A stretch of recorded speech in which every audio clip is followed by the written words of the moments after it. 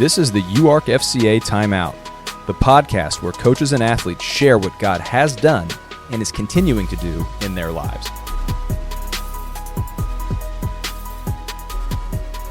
Welcome back to another episode of the podcast. Emmanuel Crawford in studio today. My brother, how are you today? How are you? Good, man. Good. I'm so excited to have you here. I know you got a really cool story to share with us today. And you know what? I think we just start with that, man. What's your story? You're in the FCA studio. Man, what's your testimony? How'd you come to know the Lord and the journey that got you there? So my life kind of started off crazy. I was born December 4, 2004 in Ghana, Africa, which is a country on the Ivory Coast. And basically lived with my family for a year, my birth family, and then around age 2 got sold into slavery, which is a common practice there due to the poverty levels. And so it's something that a lot of families do so that they can provide for the rest of the family. So I got sold into slavery age 2, and then fast forward like a year or two passes by, and then I end up getting rescued one day when we're out working. A boat comes by, and basically the industry is like fishing. So they'll have like 7 kids on one little like wooden canoe in the middle of the lake, just like catching fish. But not like in the sense of like reel and rod, but like nets in the water. Sure, yeah. That kind of stuff. So a boat shows up, and there is like a couple men on the boat from this organization that saves kids from slavery. And one of the men on the boat was the husband of my mom's friend whose son had passed away. And instead of using that opportunity as a way of like sulking or saying, why would God do this to me? She changed her perspective and changed it to, I'm going to use this and be able to help kids around the world and not use this to be a victim. And so she went into starting this organization called Touch a Life, and her husband was there and just felt like the Lord was telling him, like, you need to bring this kid back with you. I have plans for him. And so I get rescued that day, get taken to a home/orphanage in Ghana, and was there for 2 years. And then I ended up meeting my family that I am with right now. And immediately I just knew, like, okay, I'm like, this is my family, and this is sent from something higher than me. And so fast forward to my junior year in high school, my testimony kind of had drifted away. Like, it wasn't something I talked about, just because for a while it was like a sensitive subject, something that I didn't really want to tell a lot of other people, because either they wouldn't believe me or they would feel bad for me, and I didn't want to, have that kind of pressure. But after COVID had kind of swept the world, I just felt like the Lord was calling me to start sharing my testimony. And I had went to my mom and was like, hey, I feel like I'm supposed to start sharing my life story. And she was like, that's crazy, because the Lord has been, telling me that it's time for you to start telling your story. Wow. And so we were like, okay, well, we got to go. Well, it can't get much more clear than that, right?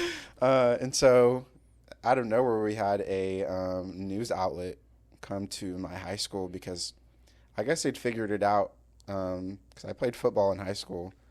And through that, they kind of, they were like, okay, who's this kid in Oklahoma who's putting up these numbers? And then through that, they found my story, and they were like, can we come do a story on you? And so they showed up. I shared my testimony, had the opportunity to go around Oklahoma talking about, how God had delivered me from this. And the whole point of me starting to tell my story, I felt like the Lord was telling me, I want you to share your story so that other people can see that I can bring them through anything. Wow. Yeah. And so as I started sharing my story, I felt like the Lord was telling me, I want you to tell this story from the perspective of a conqueror and not the perspective of a victim. And so I started telling my story, and I was like, at the beginning of every time I talked to people, I said, I don't want you guys to see me as a victim. I want you guys to see me as a conqueror, someone who, through the grace of God, was able to overcome this adversity. And I want you to leave every time I talk knowing that whatever you're going through in life, whatever struggles, whatever addictions, whatever you're going through, that God can ultimately bring you out of it. But you can't allow yourself to put yourself in this box, in this prison, and be a victim to your circumstances. So through God, all things are possible. Through God, whatever you're going through, he will bring you through it. Wow. Okay, so let me make sure I got the timeline right here. 2 years old, in slavery for 2 years, casting nets out on a canoe in the middle of a lake somewhere. Somebody comes and gets you, somebody that ends up being a very important connection in your life. Then you go to an orphanage for 2 more years. So you're 6 before your family shows up and you end up coming back to the United States. So 4 years of I don't know if that's uncertainty or discomfort. I mean, like, you know, I know most people would probably think like, well, like maybe you'd say an orphanage has got to be better than slavery, but I mean, neither one of those is ideal circumstances, right? I mean, not to compare apples and oranges here, but like that's a long time of waiting, you know, and you did, and God brought you through that, which is incredible. So then you get to the U.S.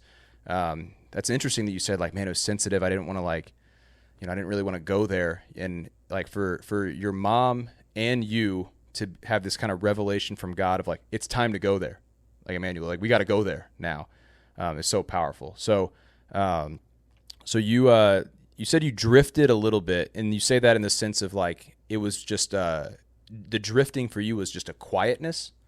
So, like what was the, what do you feel like changed whenever it was time for you to step out of the comfort zone? Like, what do you feel like God was calling you to do? Was it just like, hey, let's just speak up, or was there some other changes in your life, or what did that look like practically as it was kind of this new outspoken version, this like ready to share version of you was kind of coming to life? I think for me, it definitely took some time for me to be able to like forgive. And I remember, Interesting. Wow, I remember one night I was just like so angry and was like, you know, basically just being a punk to my family. And I just felt the Lord telling me like, this is all because you still have unforgiveness in your heart. You need to let go of. And I was like, what could I possibly be unforgiving for? And he was like, the past. Like, you're still angry at your birth parents. You're still angry that you went through that.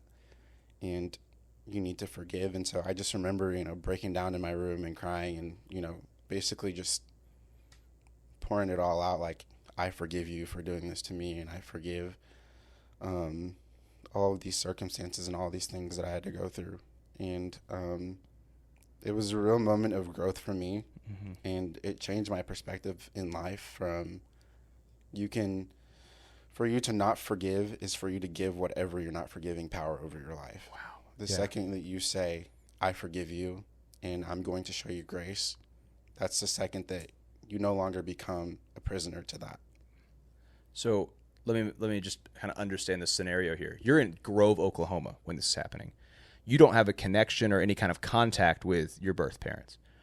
But God says to you, like, you need to forgive them. And it's not like he just gave you a phone number or an address for you to like reach out to them. This was something that it wasn't happening horizontally, so to speak. This was something that needed to happen vertically, right? Because you said like God needed to do something in you, but he needed you to let go of something else, right? So the forgiveness was, I mean, I don't know if you've ever had contact with or ever will contact your birth parents again, but God was saying like, hey, this is not about them. This is about our relationship, and I need you to let that go so that I can start doing powerful things through you. That's incredible. That's an incredible thing. And it was one of those in the quietness of your own room scenarios. Yep. And what's funny, I love that the kind of the openness of your story here. It came on the heels of a night where you were acting like a turd to your parents. You know? Like it's like in the moment of like, it wasn't like, okay, God's going to reward me in the moments that I'm being so good and like gracious and everything. It's like it's in our weakest moments that God's like, hey man, you ready to listen to me? Are you ready to make moves here? Because I got some work for you to do, some things that you need to work at. That's hilarious to me. I'd say it's hilarious because I feel like I've been there before too. Had those like I've been a turd moments, you know, plenty of times. So man, tell me this: you come to Arkansas from Grove, Oklahoma. You come over to Arkansas, and you're through your freshman year now. You're looking ahead to sophomore year. Man, what has God been teaching you over the past year of your life? I would say one big thing for me that God's been trying to teach me is patience and faith. being in like the realm that I'm in, you know, not everything goes your way as an athlete. And so, you know, I have gotten frustrated, and I have like second guessed myself and second guessed God's plan. And it's just that constant reminder of like, why are you doubting me now? Like, do you not remember what I've brought you through? Why would you doubt me in this circumstance? And so just being able to let go of things and being like, I'm not going to try to control everything in my life. Yeah. Like, God put me here for a reason. I felt like I was called to come to this university. And so whatever happens, happens. And, yeah, that's good, man. So kind of the practice of patience, what I think I heard you say here, and you can tell me if I caught this right, is the relinquishing of control, specifically the things that I really want to have control of, right? Man, yeah, I've had a lot of conversations about like, you know, what does it mean to give up something to God, right? Like if you were to say like, I'm going to give up football to God, well, does that mean I have to quit football? No, it doesn't mean you have to quit football. It means that I'm going to play and train and practice open-handedly and say, God, this is for you, and I'm going to let you work it, bless it, touch it, do whatever you need to do with it, and hopefully make me the best God-glorifying football player that I can be. You know, that's what it means to give it up to God. It doesn't mean to quit, but it means to do it with God's blessing, which is, man, that's I think where patience is hard, because what you think is like, but I only have 4 years to do this, God. So if we could speed up the process a little bit, right? Like, you know, how many years do I need to wait before you're going to start blessing the game, God? Yeah. Because you know, 1 year's fine, but you know, 2, 3, like, that's why I feel like that patience practice is so critical. Because man, it's tough when we try to outpace what God is doing, you know. And then faith, you said faith. Like, what does that look like? What does it mean to practice faith in your context as an athlete, as a student at the U of A? I would say college definitely brings a lot of like different temptations and that kind of stuff. And being in like certain environments that I've been in, like I've promised myself like I'm never going to drink alcohol, I'm never going to party, I'm never going to smoke, anything like that. And so being in like those environments, just continuing to be faithful to like what I've promised God, and being able to like say no, has been a huge thing for me. I mean, like I don't take it for granted, because I know a lot of people struggle with peer pressure and that kind of stuff.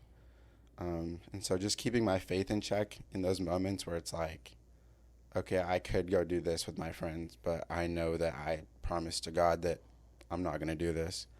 And I think for me, remembering like when I do feel alone, because a lot of the time I do, because it's like, okay, I can't be over here partying with my friends. So most of the time it's like, it's just me. Right. The alternative is, so I'm alone. Yeah. Instead. Yeah. Just being okay with that. Like being alone isn't a bad thing, and you're never truly alone if you're always invested in God. So I got gifted this like Billy Graham devotional. He's a huge mentor in my life, and I take every word he says for, you know, like it's a gem.